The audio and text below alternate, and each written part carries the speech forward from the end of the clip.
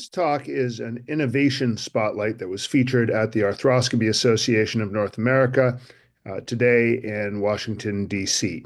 And this talk is on capsular management during hip arthroscopy. My disclosures are listed with the AAOS. So my first piece of advice on managing the capsule is don't struggle through limited access. Make a sufficient capsulotomy so that you can get everything done that you need to get done. There are various capsulotomy options that have been described, including an I, an L, a T, an inverted T, and even an H. And the advantages of making a good capsulotomy, whichever one you choose, are exposure of both the peripheral and central compartments, easier instrument maneuverability, and better joint distraction. So take it from me, having done many hip arthroscopies without any capsulotomy at all in the early days, it is much easier to get complex procedures done if there is an adequate capsulotomy. In terms of the history, we can look back at a publication in 2005 by Tom Sampson, one of the godfathers of hip arthroscopy, who said that because of some difficulties with exposure, we settled on anterior capsulectomy for the best exposure. And indeed, anterior capsulectomy does give you a great exposure and was done by many surgeons for many years, and probably was okay in some cases. But in other cases, it may have caused or aggravated instability. And in some cases, the patient may do better with a capsular repair or even a capsular plication. We came to understand that extensive unrepaired capsulotomies may lead to iatrogenic hip subluxation or even dislocation, or more commonly to subtle instability through various biomechanics studies that had been done on the capsule.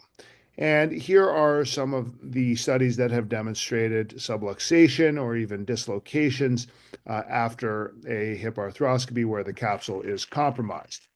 So here we can see the visualization that we get through an eye capsulotomy. This is an interportal capsulotomy, and this gives excellent exposure of both the central and peripheral compartments.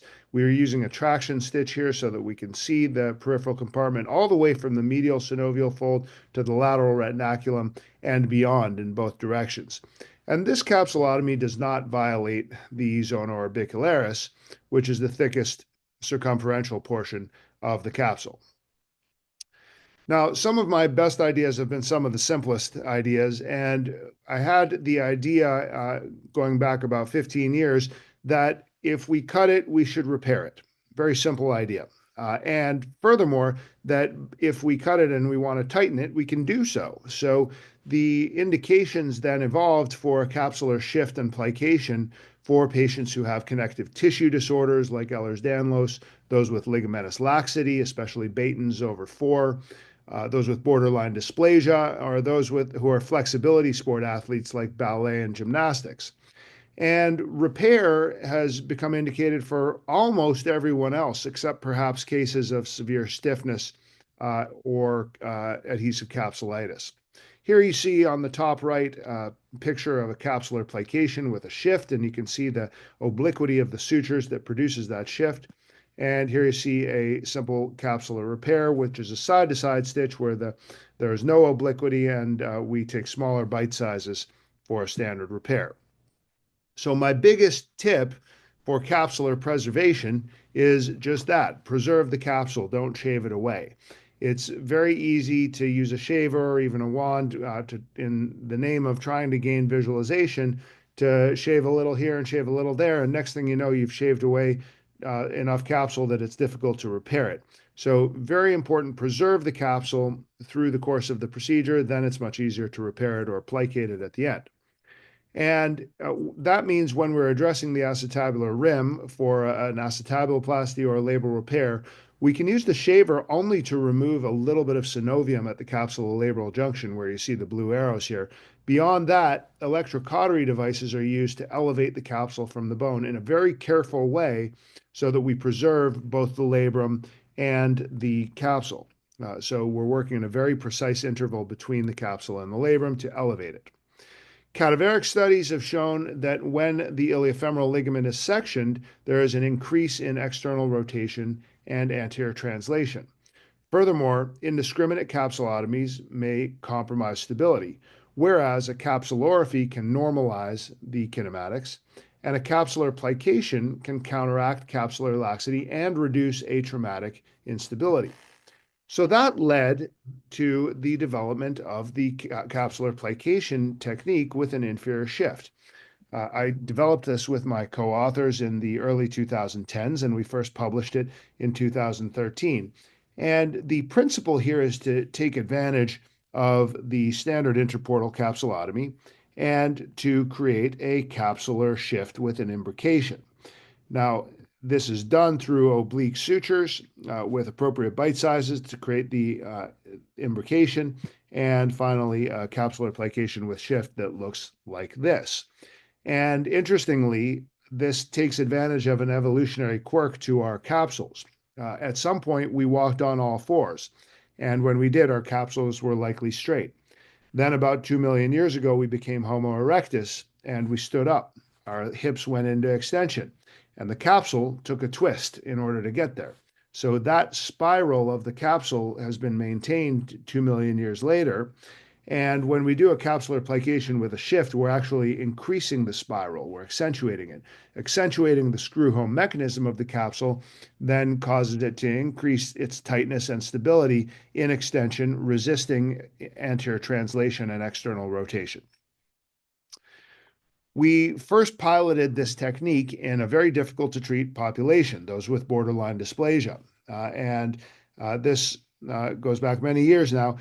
We followed this group for over 10 years, but the initial pilot study is here, published in AJSM, where we looked at 22 patients with borderline dysplasia who were treated with labral repair and capsular plication.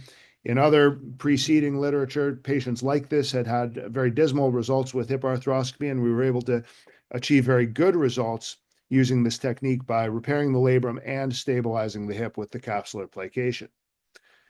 We've shown a high rate of return to sport, 100% in the professionals with borderline dysplasia, and we have shown that competitive athletes do better with capsular repair than those who do not undergo repair on the average. Here we see a comparative study comparing capsular repair to unrepaired capsulotomy with midterm outcomes, and we showed superior durability of the functional improvement with the capsular repair and a significantly lower risk of conversion to THA. Back to that group of borderline dysplastics on whom we did the initial pilot study, we followed a similar group for a minimum of 10-year follow-up and showed greater than an 80% survivorship at more than 10 years and about an 80% rate of achieving MCID. So really excellent long-term follow-up, long-term outcomes and survivorship, which puts this procedure in very sharp competition with a PAO for the borderline group. Reconstruction of the capsule is pretty much reserved for revision surgeries when there are all of the following indications for the most part. There are risk factors for instability like borderline dysplasia, increased femoral anteversion, and generalized ligamentous laxity. There's compromise of the static stabilizers like a labral tear, a capsular insufficiency or previous capsulectomy, and ligamentum teres tears, and there's insufficient native capsule. If all of these things are true, then a capsular reconstruction may be one of our only options to restore capsular stability. So in conclusion, a sufficient capsulotomy enables advanced procedures while preserving the capsule. Preserving the capsule can be aided by the use of retraction stitches. Routine capsular closure can be performed in most cases, and capsular plication with inferior shift may be indicated in microinstability. Thank you very much.